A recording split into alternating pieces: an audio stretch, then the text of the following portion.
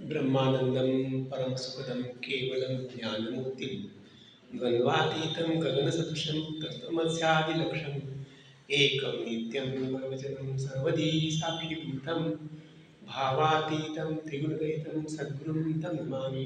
काषाय वस्त्रं करदण्डदानं कमण्डलुं पद्मकरे शङ्खं चक्रं गदाभूषितं भूषिताढ्यं श्रीपादराज्यं शरणं प्रपद्ये।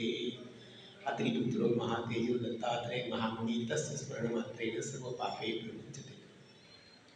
वसुदेवसुतं देवं कंसचाणूरमर्दनं देवकी परमानन्दं कृष्णं वन्दे जगद्गुरुं। कृष्णाय वासुदेवाय हरये परमात्मने प्रणतक्लेशनाशाय गोविन्दाय नमो नमः। नारायणं नमस्कृत्य नरं च नरोत्तमं देवी सरस्वती व्यासं ततो जयमुदीरये। अलंकापुरी पुण्यभूमि पवित्र तिथे नादतो ज्ञानराजा सुपात्र तया ठविता महापुण्यराशी नमस्कार माझा सद्गुरु ज्ञानेश्वरासी। कैवल्याचा पुतळा प्रगटला पुतळा चैतन्याचा जिव्हाळा ज्ञानोबा माझा सर्वाभूती सुखरूप दर्शने हरिताप साधकाचा मायबाप ज्ञानोबा माझा एका जनार्दनी गुरु सेवेला गेला त्रैलोक्याचे जीवन ज्ञानोबा माझा। सर्वप्रथम उपस्थित श्रोत्यांना अभिवादन करून आणि गेली अनेक वर्ष हा ज्ञानसत्रामध्ये गीताधर्म मंडळाने मला संधी दिलेली आहे, त्याबद्दल त्यांचे आभार मानून आजच्या कार्यक्रमाला मी सुरुवात करतोय। आपला उपनिषदांवरचा थोडंसं चिंतन आपलं चालू आहे, तर त्याच्याच संदर्भात ऐकू येतं ना आवाज? ते आजी काहीतरी म्हणत होते, तर त्या उपनिषदाच्या संदर्भामध्ये मागच्या वेळेला आपण तैत्तिरीय उपनिषद पाहिलं होतं। आज आपण ऐतरेय उपनिषद पाहणार आहोत। एकूण दशोपनिषदाचा अभ्यास जर बघितला तर कुठलंही उपनिषद घेतलं तर त्याच्यामध्ये ब्रह्म, जीवात्मा, सृष्टी आणि त्याच्या संदर्भात जाणून घेण्याची साधना हे प्रामुख्याने विषय येतात। आता हे जे ऐतरेय उपनिषद आहे, या उपनिषदामध्ये ऋग्वेदातलं 4, 5, 6 आरण्यक आणि ब्राह्मण ह्या दोन ग्रंथामधून याचा विचार केलेला आहे। म्हणजे काय तर आरण्यकातलं 4, 5, 6 आणि ब्राह्मण ग्रंथातलं 7 आणि 8 अशा एकूण 5 याला कंडिका म्हणजे अध्याय म्हणतात। त्यातलं ऐतरेय जो भाग आहे त्या ऐतरेयलाच ऐतरेय उपनिषद असं म्हणतात। ऐतरेय नावाच्या ऋषी म्हणून हे त्या ऐतरेय उपनिषदाचे कर्ता म्हटलं गेलेलं आहे। त्याने ते साधनेने ग्राह्य करून घेतलेलं आहे। आता ऐतरेय यांच्या आईचं नाव इतरा, त्यांचे ते दोन त्यांना ऋषी जे होते त्यांचे, त्या ऋषींना 2 पत्न्या होत्या।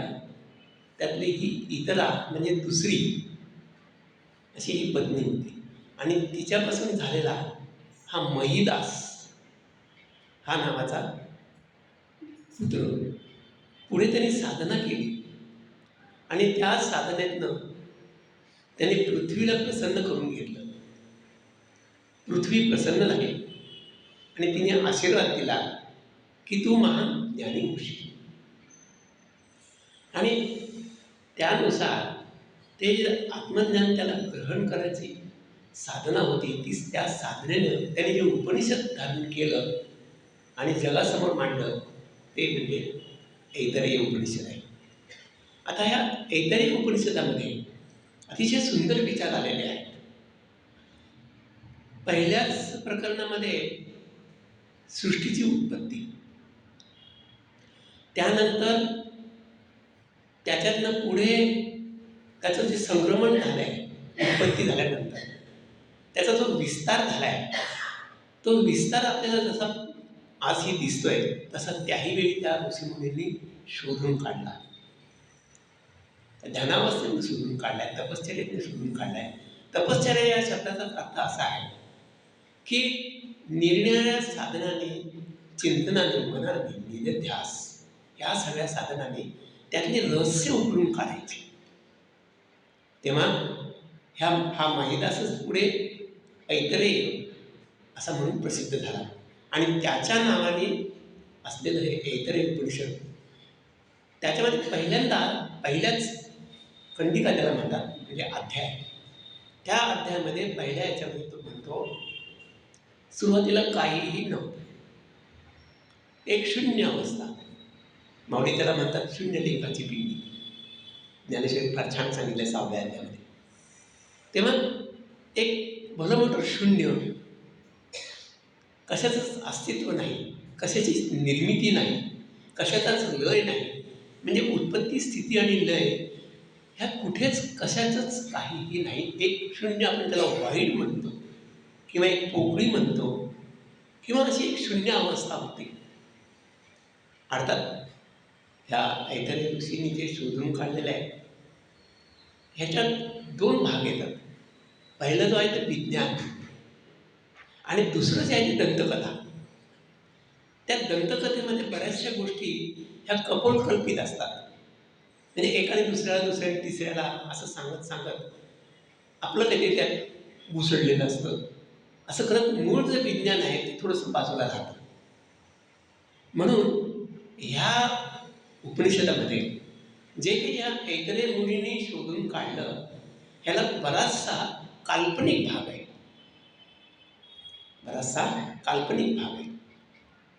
तेव्हा त्या ठिकाणी त्या शून्यातून तो परमात्मा एको अहम बहुश्याम या भावनेनं तो पोहायला लागला. त्याला एक असं स्फुरण झालं, गती निर्माण झाली आणि त्यांनी असं विचार केला की मी आता एक आहे, मला बहु व्हायचे. म्हणून एको अहम बहुश्याम ह्या संकल्पनेतून त्यांनी काय केलं तर 5 लोकांची निर्मिती केली. आपण म्हणतो की 3 लोक, पृथ्वी, स्वर्ग आणि पाताळ, तसंच 14 भुवन. हे जसं आपल्याला ऐकून माहिती आहे तसं ह्या ऋषींनी 5 लोकांची पहिल्यांदाच निर्मिती केली असं म्हटलं गेलं आहे. म्हणजे संकल्पनेने ते बाहेर केलं, प्रकाशित केलेलं आहे. कुठले 5 लोक? तो पहिला जो होता अंबलोक, दुसरा जो होता दिवलोक, म्हणजे ज्याला आपण स्वर्ग म्हणतो, तिथे देवतांचा वास आहे, त्याला दिवलोक म्हटलंय. नंतर अंतरिक्ष लोक, नंतर मरलोक, म्हणजे जिथे ही आपली पृथ्वी आहे, या पृथ्वीवरती जो कोणी येतो तो मरण पत्करण्यासाठीच येतो. रिटर्न तिकीट आपल्याला काढून पाठवलेलं लक्षात घ्या. हे आपलं रिटर्न तिकीट आहे. मग हा सगळा प्रवास आहे जन्मापासून मृत्यूपर्यंतचा. निरनिराळ्या प्लॅटफॉर्मवर निरनिराळे लोक येतात, निरनिराळे लोक शेजारी बसतात, पुढच्या कुठल्या तरी स्टेशनवर उतरून जातात. आपलं स्टेशन ठरलेलं आहे. तेव्हा हा जो सगळा मर्त्य लोक आहे त्याच्या खाली एक आप लोक आहे. आप लोक म्हणजे पाताळ थोडक्यात आजच्या ह्याच्यात. तर मग ह्या आपलोकातून, म्हणजे पाण्याच्या आप म्हणजे पाणी, त्या तपश्चर्येनं त्या विराट पुरुषाने, म्हणजे त्या परमात्म्याने एक विराट पुरुषच निर्माण केला. आता हा जो पुरुष आहे ना, विराट पुरुष, त्याने काय केलं, पहिल्यांदा सगळीकडे पाहिलं आणि त्याने परमात्म्याला विनंती केली, आता माझ्यासाठी काय आदेश आहे, काय आज्ञा आहे, मी तर असा राहू शकत नाही नुसताच. तेव्हा परमात्म्याने त्याला प्रथम मुख दिलं. काय दिलं? पहिल्यांदा एक मुख दिलं. त्या मुखावाटे वाणीने प्रवेश केला सगळ्यात पहिला. आणि वाणी म्हणजे शब्दस्पर्श रूप रस आणि गंध ह्या पंचमहाभूताच्या ज्या 5 तन्मात्रा आहेत, 5 विषय आहेत, त्यातला पहिला विषय जो आहे तो म्हणजे शब्द. शब्द कुठला? तर तो ओम. अनेक उपनिषदामध्ये ओंकाराची उपासना सांगितलेली आहे, साधना सांगितलेली आहे. म्हणून वाणीतून पहिला शब्द बाहेर पडला तो ओम. आता या ओमला नुसता तो शब्द तसा बाहेर पडत नाही.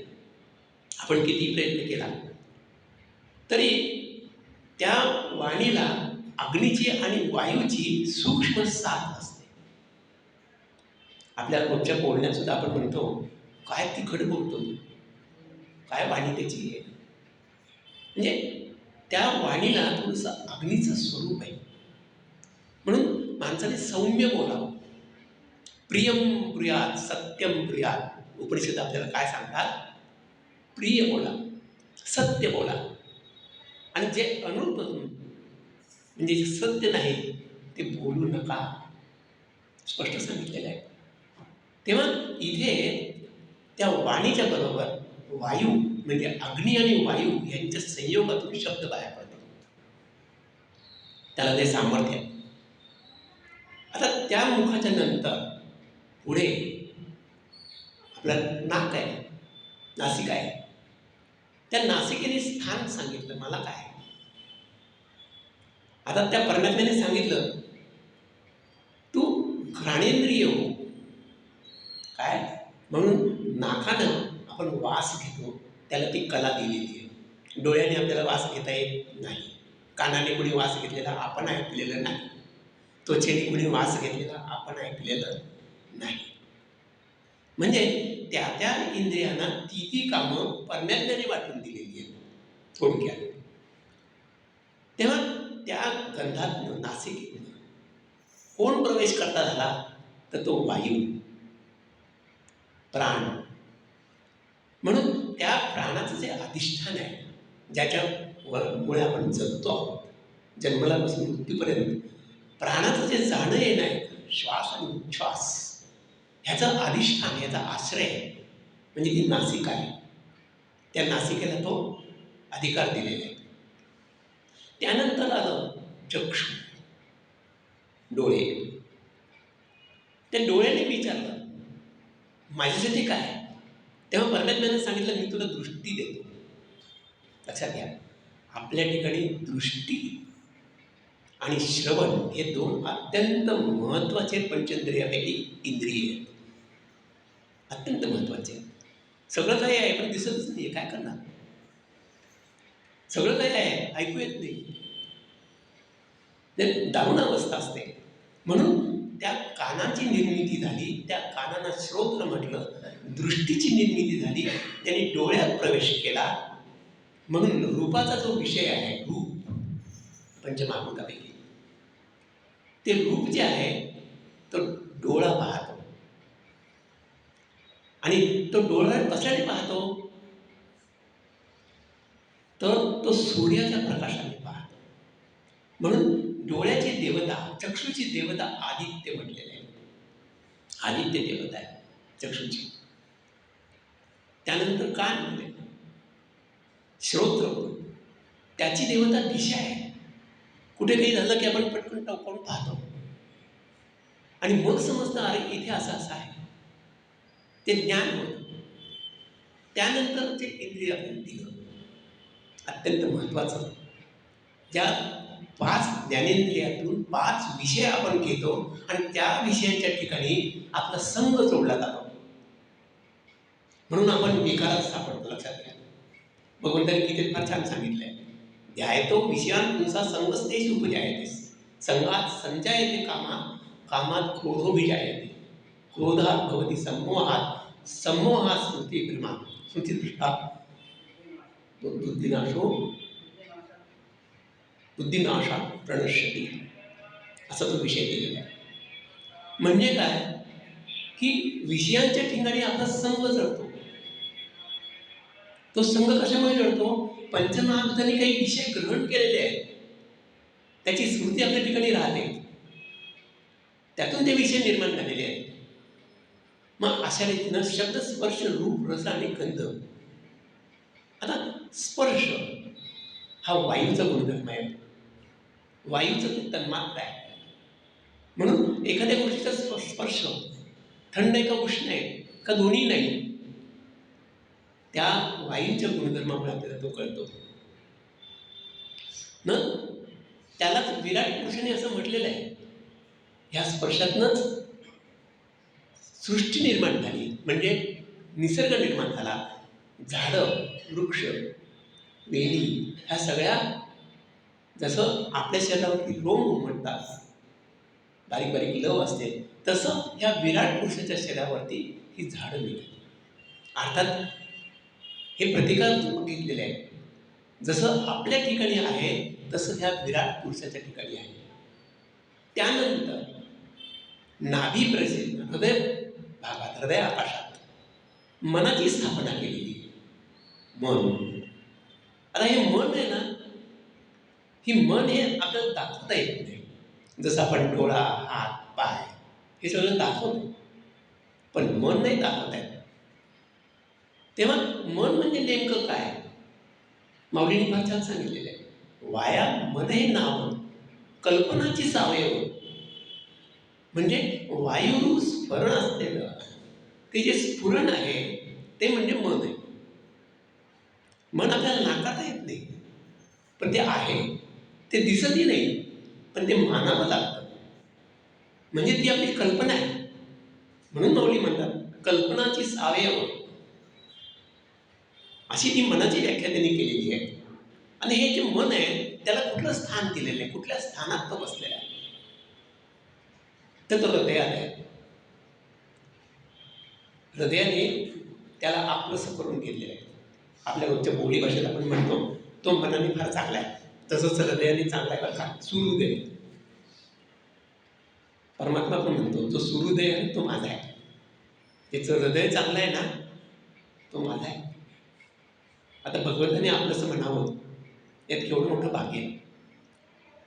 म्हणून इथे जे आहे त्या हृदयामध्ये मनाची स्थापना केलेली आहे. पण होतं काय की आपण रजोगुण आणि तमोगुणाच्या संपर्कात असल्यामुळे आणि त्याच्या सान्निध्यात असल्यामुळे ते मन कधी चांगला विचार करतं, कधी वाईट विचार करतं. डोळे कधी चांगलं पाहतात, कधी वाईट पाहतात. कान कधी चांगलं ऐकतात, वाईट ऐकतात. स्पर्श कधी चांगला असतो, कधी वाईट असतो. हे सगळं कुठून आलं? केनोपनिषदामध्ये फार सुंदर व्यवहार आहे, फार छान सांगितलेलं आहे. त्याच्यात असं म्हटलेलं आहे, डोळे पाहतात, पण डोळ्याला पाहणारा कोण आहे? कान ऐकतात, कानाला ऐकून देणारा कोण आहे? कारण प्रेतालाही डोळे असतात, प्रेतालाही कान असतात, प्रेतालाही सगळं शरीर आहे, पण तो कुठलंच विषय बघू शकत नाही. मग ते सगळं करून घेणारा तो आत्मा आहे. तो आत्मा आहे. जोपर्यंत तो आहे तोपर्यंत हा विषय बघू शकतो. अशा रीतीनं एक एक एक एक एक एक पंचमहाभूतांनी एक एक पंचेंद्रियांचा म्हणजे ज्ञानेंद्रियांचा आश्रय घेतला आपल्याला. हे तसं विराट पुरुषाच्या ठिकाणी आहे, तसंच आपल्याही ठिकाणी आहे. त्यानंतर नाभी प्रदेश, तिथे अपान वायूने ग्रहण केलेला आहे. हा जो नाभी प्रदेश आहे ना, ह्या ठिकाणी अपान वायू तो ग्रहण करतो सगळं, म्हणून खाल्लेलं अन्न आपल्याला पचतं. कशामुळे पचतं? तर तिथे सुद्धा अग्नीच आहे. सगळ्या शरीरभर जर काय प्रामुख्यानं कार्यरत आहे तो म्हणजे वायू आणि अग्नी. लक्षात घ्या, अत्यंत महत्वाचे दोन पंचमहाभूतापैकी ही दोन महाभूत आहेत. ती सूक्ष्म रूपाने आहेत. ती जोपर्यंत सूक्ष्म रूपाने आहेत तोपर्यंत आपले व्यवहार चाललेत, असा हा ऐतरेय ऋषी म्हणतो. अतिशय सुंदर आत्मज्ञान त्यांनी सांगितलं ह्या ऐतरेय उपनिषदामध्ये. तेव्हा तो म्हणतो की अपान वायूने अन्न ग्रहण केलं आणि अन्न ग्रहण करण्याची ताकद ह्या परमात्म्याने त्या नाभी प्रदेशात असलेल्या अपान वायूला दिलेली आहे. अर्थातच नाभीच्या खाली मलमूत्र विसर्जन आणि काय असेल इतर ते सगळं त्याच्या संकल्पनेनं, त्याच्या प्रक्रियेनं, त्याच्या ॲक्शन्स, रिॲक्शन्स या पद्धतीनं ते पुढे सगळं होतं. म्हणून जोपर्यंत पंचमहाभूतं त्यातला वायू आणि अग्नी ही जोपर्यंत मर्यादित स्वरूपात आहेत, तोपर्यंत ते छान काम करतात. लक्षात घ्या, जसं आपलं वय वाढतं तसतसं अग्नी आणि वायू हा कमी कमी कमी व्हायला लागतो. पृथ्वी तत्व कमी होतं, अंगावर सुरकुत्या करतात. जलतत्व कमी व्हायला लागतं, त्वचा निस्तेज होते, चेहरा निस्तेज वाटतो. अग्नितत्व कमी झालं, भूक मंदावली. मग हे गोळी घ्या, ती औषधं घ्या, हे घ्या, ते घ्या, ते घ्या. वायू मंदावला, कित्येक वेळा तो जर उग्र रूप धारण करत असेल तर आपल्याला पॅरालिसिससारखे अटॅक येतात. कारण त्याचं संतुलन बिघडलं. तीच गोष्ट अग्नीची आहे. अग्नीचे संतुलन बिघडलं तर काय वाटेल ते होतं. आपण म्हणतो शरीरात ताप चढला, 102, 103, 104, पण त्याला खाली आणा, त्याला नियंत्रणात ठेवा. आयुर्वेद आपल्याला हे सांगतं, कुठलंही मेडिकल सायन्स हेच सांगतं. म्हणून त्या अग्नी आणि वायूला आपण नियंत्रित करतो. आज पॅरालिसिसवर सुद्धा अनेक औषधं निघाली आहेत. ती जी आपली सिस्टीम आहे, आपल्या ठिकाणी या वेगवेगळ्या सिस्टीम्स दिलेल्या आहेत. तेव्हा खाल्लेलं अन्न पचवायचं आहे. म्हणून मर्यादित खायला सांगितलं गीतेनं आपल्याला. युक्त आहार विहारसी युक्त चेष्टस्य कर्मसु युक्त स्वप्न बोधोष्ठो योगो भवती दुःख, हा भगवान म्हणतात. तुझं आचरण युक्त असलं पाहिजे, तुझं खाणं युक्त असलं पाहिजे. आहार विहार, खाणं पिणं झोपणं सगळं युक्त असलं पाहिजे. उगाच 8-10 तास लोळत पडलाय चालत नाही शरीराला. कारण आळस जो आहे तो तमोगुणातून येतो. म्हणून तमोगुण पटकन झटकून टाकायचा आहे आणि रजोगुणाच्या मागे लागून माणूस काम करतो. आपण सकाळी उठल्यापासून रात्री झोपेपर्यंत जे काही आपली इंद्रिय कार्यरत राहतात ना, ती रजोगुणामुळे राहतात. तोही आवश्यकच आहे. सत्वगुण सुद्धा अत्यंत आवश्यक आहे. आपल्याला जे देवाधिकाचं ऐकावंसं वाटतं, वाचावंसं वाटतं, काही नामस्मरण आपण करतो, उठतो बसतो, देवाचं नाव घेतो, देवपूजा करतो, कुठेतरी तीर्थयात्रेला जातो, धार्मिक ग्रंथ वाचतो.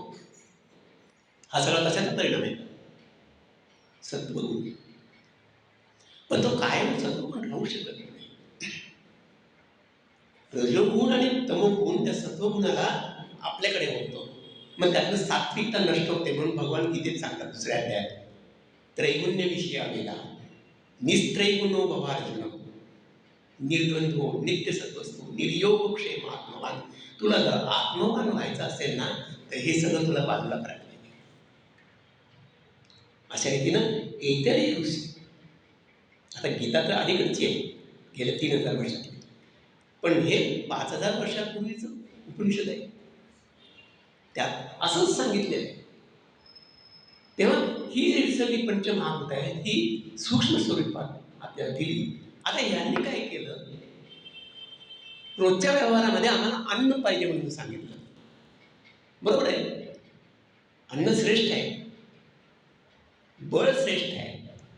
बळ प्राप्त व्हावं म्हणून अन्न पाहिजे. तेव्हा परमात्म्याने गाय निर्माण केली आणि सांगितलं ही तुम्हाला मी देतो. आता इथे गाय निर्माण केली याचा अर्थ तिचं मांस खा असं नव्हे, बरं का, लक्षात घ्या. जे आज आपण ऐकतो ती काही पुरेशी पडणार नाही. इंद्रिय काय म्हणाली, ही गोमाता आहे, तिचं दूध काही आम्हाला इतकं पुरेसं पडणार नाही. मग त्याने अश्व निर्माण केला.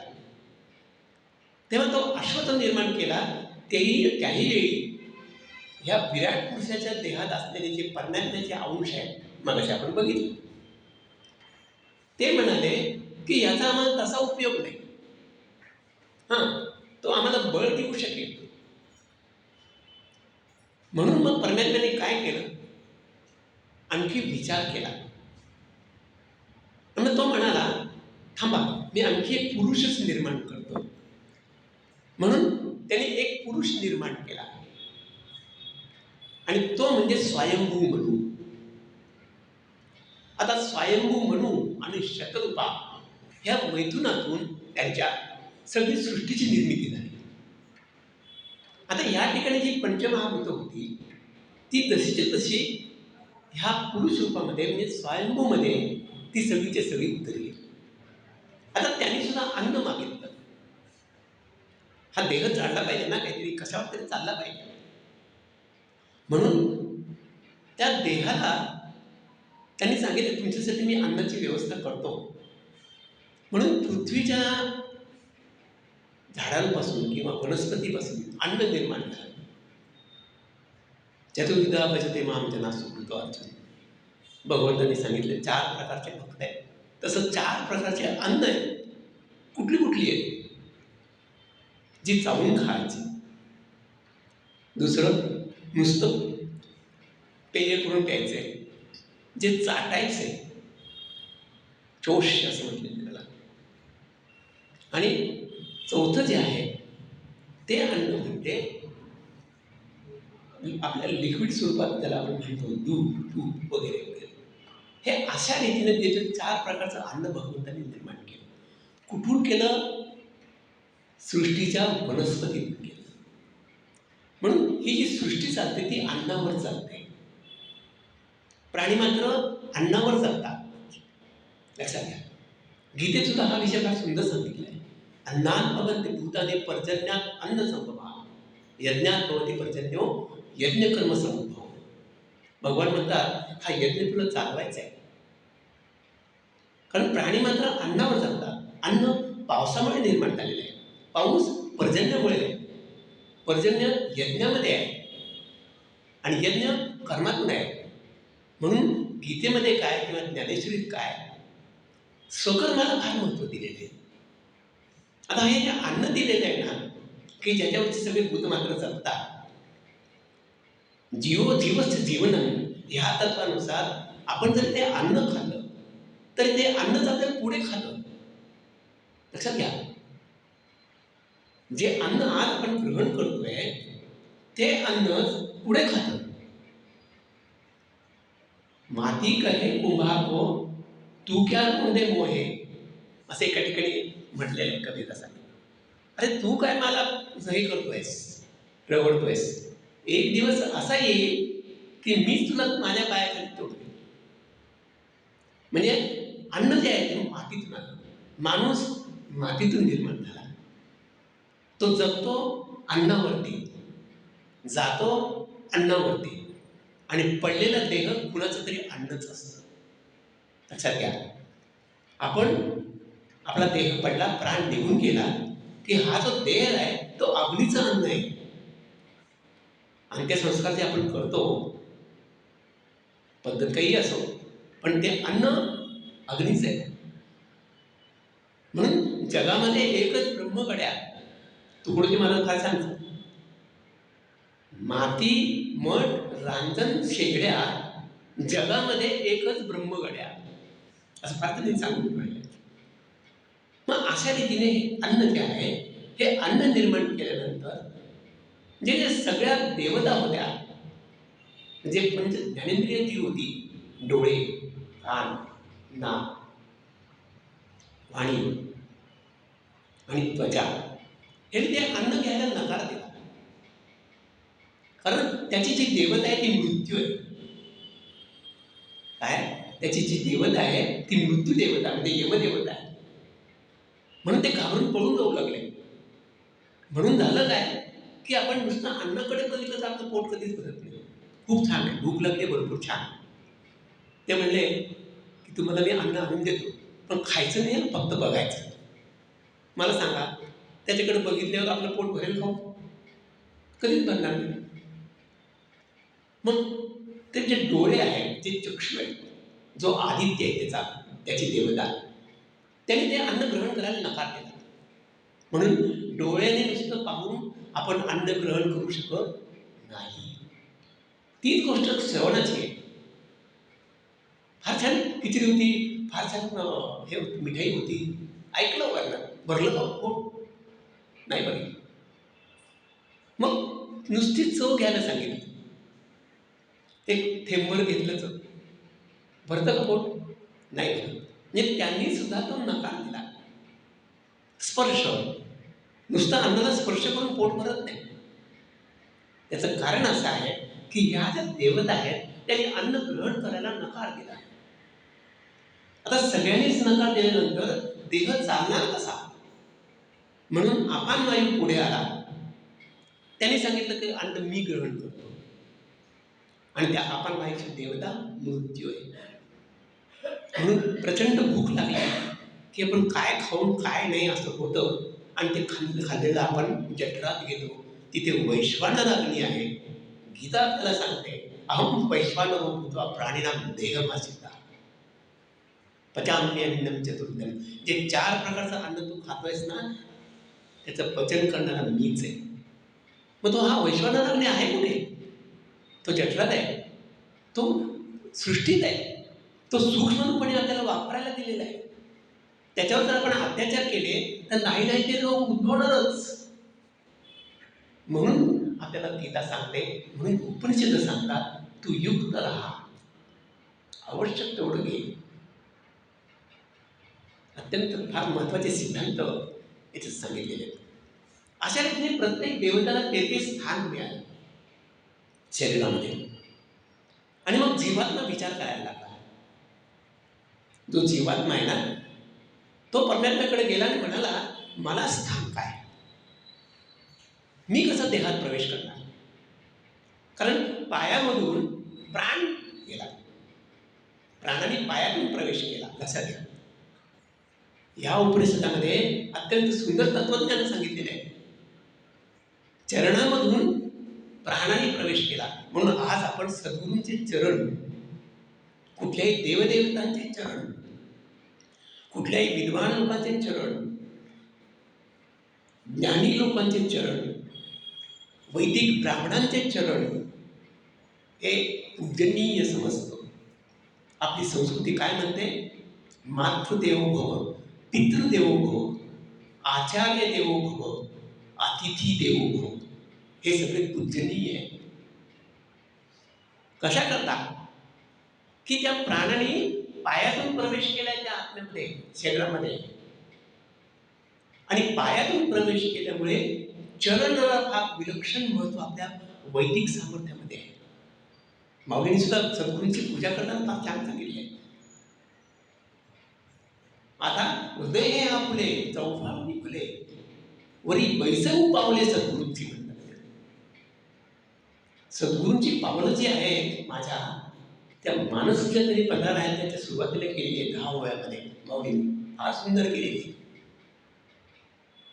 आणि त्या मानसपूजेमध्ये माझ्या हृदयाचा चौरंग करून मी सद्गुरूंची पावलं ठेवलेली आहे. फार प्रचंड विलक्षण प्रतिभा कल्पना आहे. त्या पावलांवरती माझी सगळी इंद्रिय मी अर्पण केलेली आहे. मनासकट, मन, बुद्धी, चित्त, अंतःकरण, जी बाहेरची इंद्रिय आहे तशीच आतली इंद्रिय, ह्याला त्यांनी फुलं म्हटलेली आहेत. त्या इंद्रियांचीच फुलं मी त्यांच्या चरणावर अर्पण केलेली आहे. नुसती अर्पण केलेली नाही, मनासकट, अहंकारासकट त्यांना पूर्णपणे वाहून दिलेले आहे. आता मी माझा राहिलो नाही, मी सद्गुरूंचा आहे. अहमदूत जाऊन सोहम तेज ओवाळ, नाहम प्रकाश असं म्हटलेलं आहे. माझा अहम मी वाहून टाकला, आता मी नाही, माझा नाही राहिला. म्हणून सद्गुरूंचे चरण अत्यंत महत्वाचे आहे. कारण तिथून प्राणाने प्रवेश केलेला आहे. म्हणून विष्णुपद आपण जे म्हणतो ना, आजही अनेक ठिकाणी सगळ्या देवदेवतांच्या पादकांचीच पूजा केली जाते, पादुकांचीच पूजा केली जाते, संतांच्या पादुकांची पूजा केली जाते. ह्याचं कारण असं आहे, त्या पादुकांना म्हणजे त्या चरणांना विलक्षण महत्व आहे. आता प्राणाने जर याच्यातून प्रवेश केला पायातून, मग तो जीवात्मा म्हणतो माझ्यासाठी स्थान काय? तेव्हा ह्या जीवात्म्याला स्थान देण्यासाठी परमेश्वरानं सांगितलं, तू टाळूतून प्रवेश कर. लक्षात घ्या. म्हणून नवीन जन्माला येणारं जे मूल आहे त्याच्यामध्ये जो प्राण जातो म्हणजे जीवात्मा जातो, त्या ठिकाणी तो जीवात्मा टाळूतून जातो. त्याला विद्युत म्हटलेलं आहे या उपनिषदामध्ये. विद्युत ज्ञान. पशुपतीनाथला 4 द्वार आहेत. पूर्व पश्चिम दक्षिण उत्तर. एक दार असं आहे की तिथे फक्त राजा त्या दारातून येतो आणि जातो, इतरांना परवानगी नाही. ते दार कायम बंद असतं.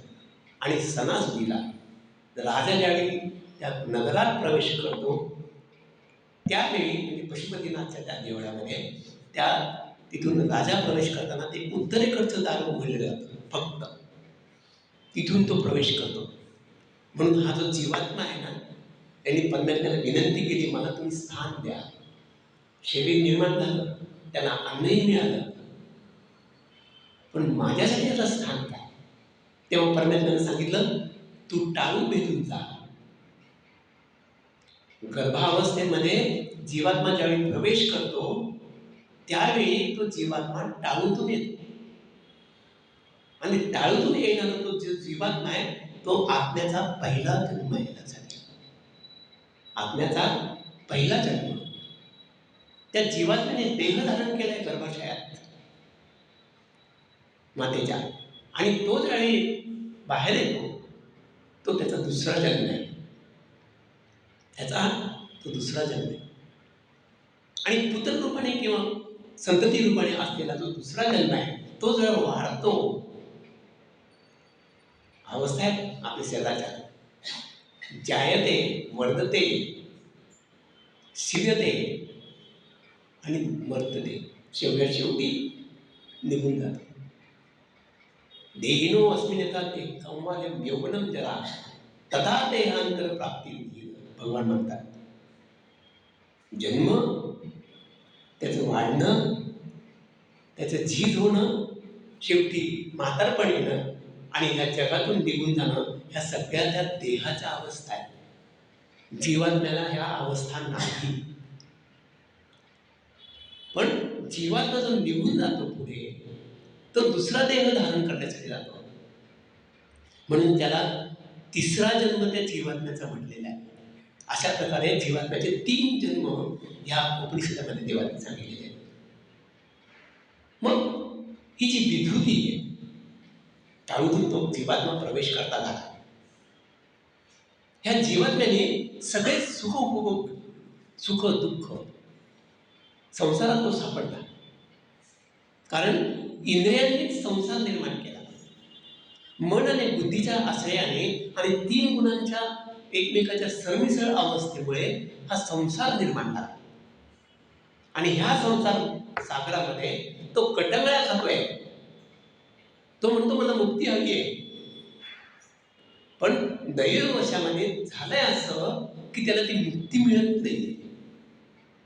कारण जो जो तो मुक्तीसाठी प्रयत्न करतो तो विषयातच सापडतो. साधी गोष्ट आहे, नामस्मरण करायला आपण सुरुवात केली ना की अनेक विचारच येतात आधी डोळ्यात मनामध्ये. काय येतात?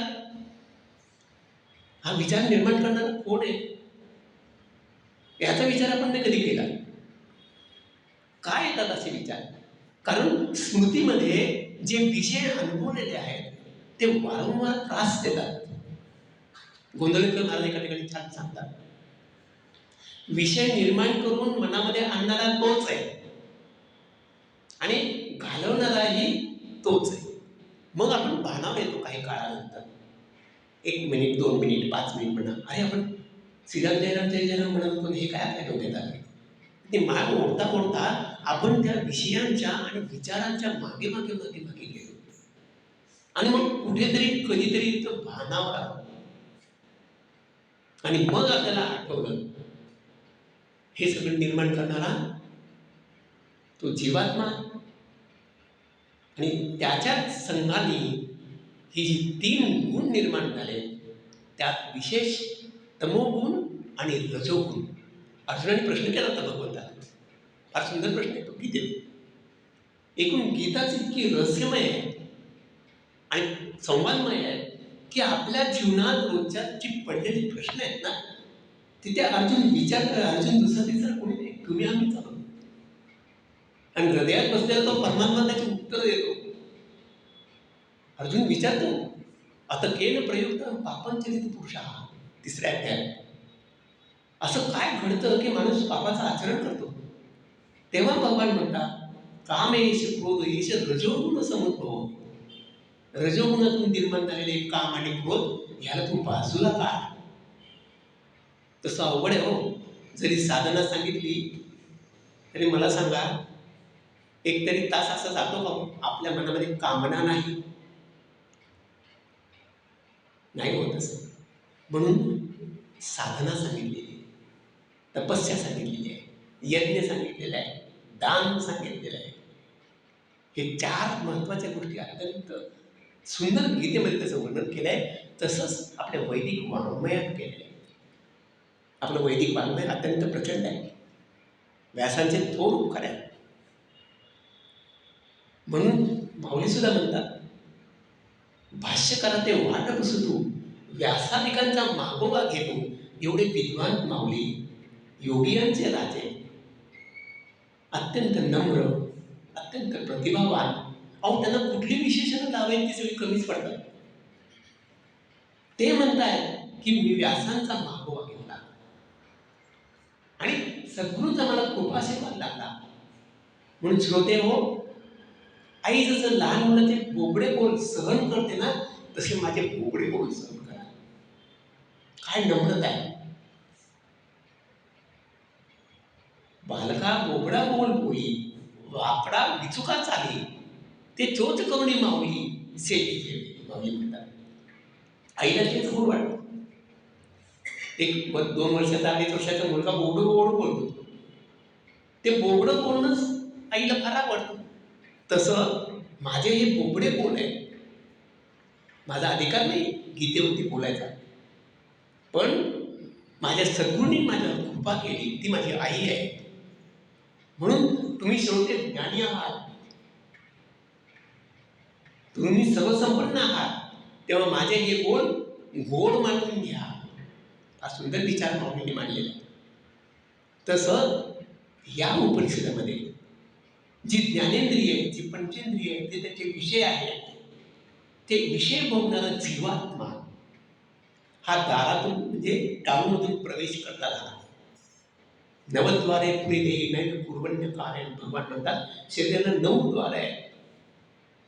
मग हे 9 द्वार, तिथून त्या जीवात्म्याचा म्हणजे तो राजा आहे, तो आहे म्हणून सगळं आहे, त्याचं महत्व अत्यंत आहे.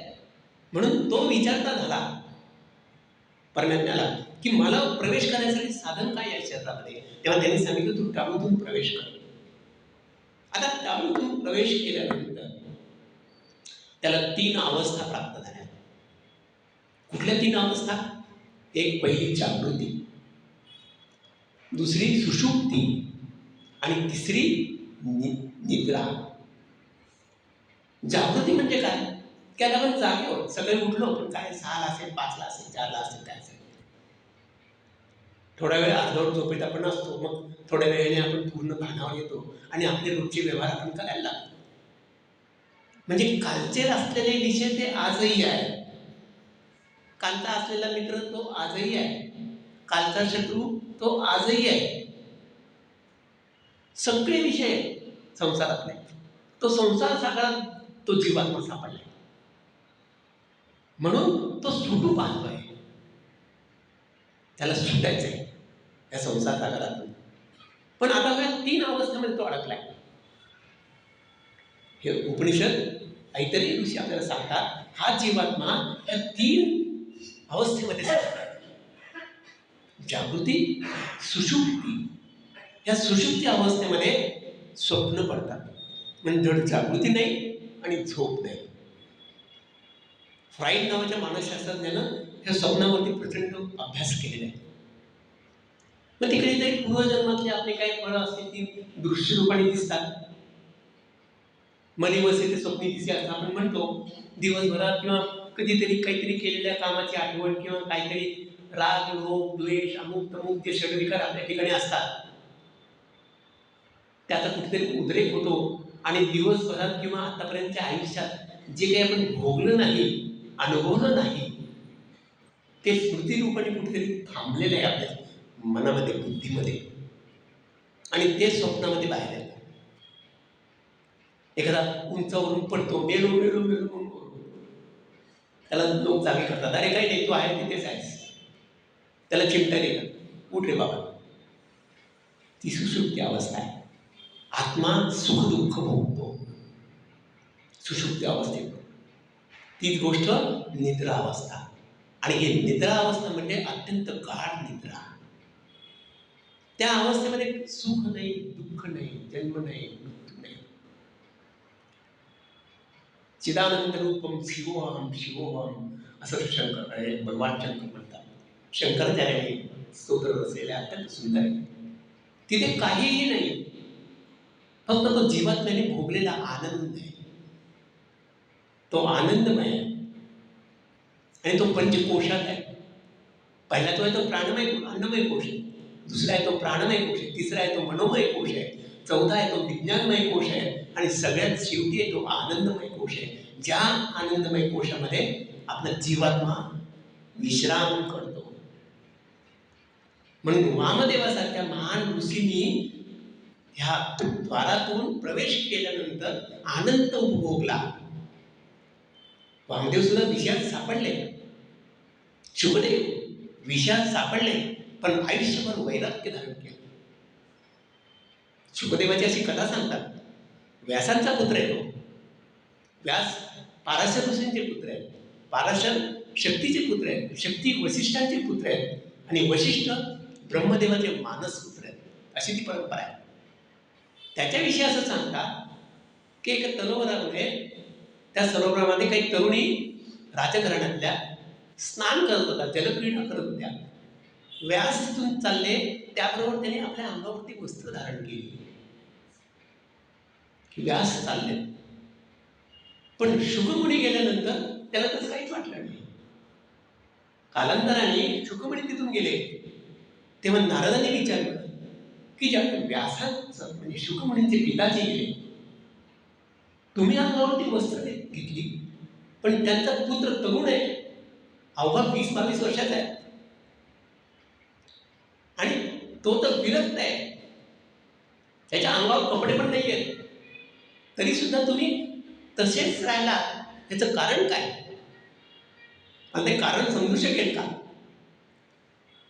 तेव्हा त्यांनी सांगितलं, व्यास जरी त्याचे वडील असले तरी ते विरक्त नाहीत, त्यांच्याकडे वैराग्य नाही, विषय त्यांच्याकडे चिकटलेले आहेत.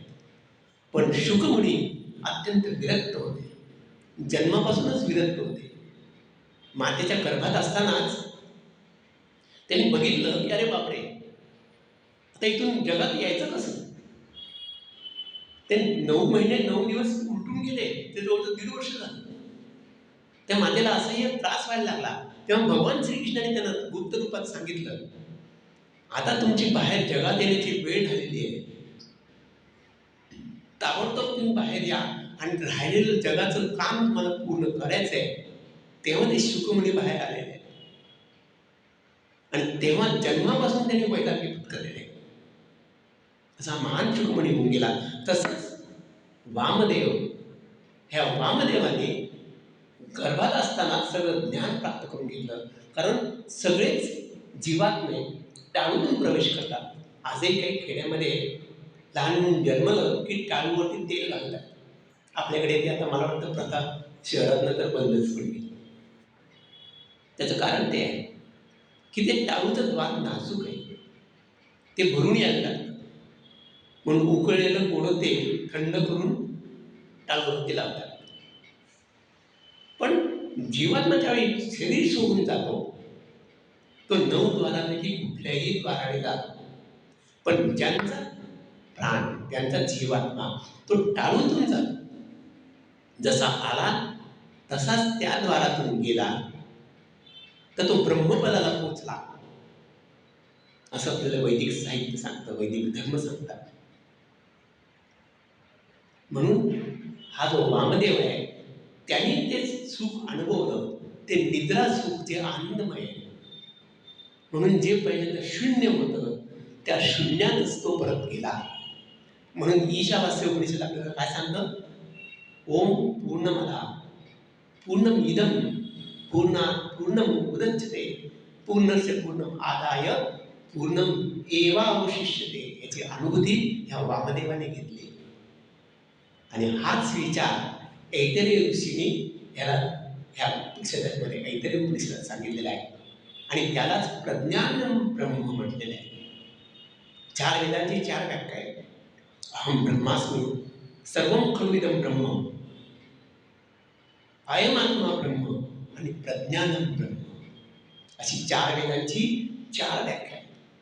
तेव्हा ह्या उपनिषदाचा अत्यंत प्रमुख आणि महत्वाचा सिद्धांत म्हणजे प्रज्ञानम ब्रह्म. आता मी ज्ञानमय झालो, ते ज्ञान प्रकर्षाने माझ्या ठिकाणी आलं, त्यातून मला आनंद निर्माण झाला, म्हणून प्रज्ञानम ब्रह्म असं त्या वामदेवाने सांगितलं. तो जसा ह्या ह्याच्यातनं ब्रह्मपदाला गेला, आनंदमय अवस्थेत गेला, तसं ह्या उपनिषदाचं जो कोणी चिंतन मनन करेल तोही त्या अवस्थेला प्राप्त होईल, असा आशीर्वाद ऐतरेय ऋषींनी दिलेला आहे. म्हणून ह्या उपनिषदाचं अत्यंत महत्वाचं वाक्य जर काय असेल तर ते प्रज्ञानम ब्रह्म. आता हा प्रज्ञानम ब्रह्म शांती मंत्रामध्ये फार छान सांगितलं आहे. या उपनिषदामध्ये हे जे वेदांचं सामर्थ्य आहे ते माझ्या मनामध्ये प्रतिष्ठित होऊ दे, माझ्या वाणीमध्ये प्रतिष्ठित होऊ दे, माझी वाणी हे वेदांचे सामर्थ्य समजून घेऊ दे, माझं मन, बुद्धी, चित्त, अंतःकरण हे सगळं त्याला जोडलं जाऊ दे. कुठलाही माझ्यामध्ये किंतु येऊ देऊ नकोस, कुठलाही विकार मला येऊ देऊ नकोस, असं या शांती मंत्रात सांगितलंय. आणि सगळ्यात शेवटी त्रिविध तापांची शांती सांगितलेली आहे. अशा रीतीने इथे आज हे ऐतरेय उपनिषद आपण समाप्त करत आहोत. आपण सर्वांनी शांतपणे ऐकून घेतलं, तुमचाही मी आभारी आहे, गीता धर्ममंडळाचा मी आभारी आहे. आणि आता आपण पसायदान म्हणू आणि त्यानंतर गीतेची आरती होईल आणि कार्यक्रम आपण समाप्त करणार आहोत. नमितो योगी तम विरागी प्रज्ञानी संत, तो कवी बल परात्पर गुरु ज्ञानदेव भगवंत. आता विश्वात्मके देवे येणे वाक्यज्ञे तोषावे, तोषोनी भज द्यावे पसाय दावी. जे कळांची व्यंकटी सांडो, तया सत्कर्मी रती वाढो. भूतां परस्परे पडो, मैत्र जीवांचे दुरितांचे तिमिरगावो. विश्वस्वधर्म सूर्य पाहो, जोडे वंचील तोते लाभो. प्राणी त्याग वर्षत सकळ मंगळी, ईश्वर निष्ठांची मांदियाळी. अडवरत भूमंडळी भेट तू भूता, चला कल्पतरूंचे आरव. चेतना चिंतामणींचे गाव, बोलते जे अर्णव. पियुषांचे चंद्रमेघे लांछन, मार्तंड ते तापहीन. ते सर्वाही सदा सज्जन, सोयरे होतु किंबहुना सर्वसुखी. पूर्ण होनी ती लोकी, बहिजोवाडी पुरुषी अखंडित. आणि ग्रंथोपजीविये विशेषी लोकी ये. दृष्टादृष्ट विजये ओवा वेदी. एक म्हणे श्री विश्वेश्वराव, हा होई दान पसावो. हेने बरे ज्ञानदेव, सुखिया झाला, सुखिया झाला, सुखिया झाला. बोला कुंडली हृदय हरी विठ्ठल. श्री ज्ञानदेव तुकाराम पंढरीनाथ महाराज की जय. जय जय रघुवीर समर्थ. श्री कृष्णार्पणमस्तु.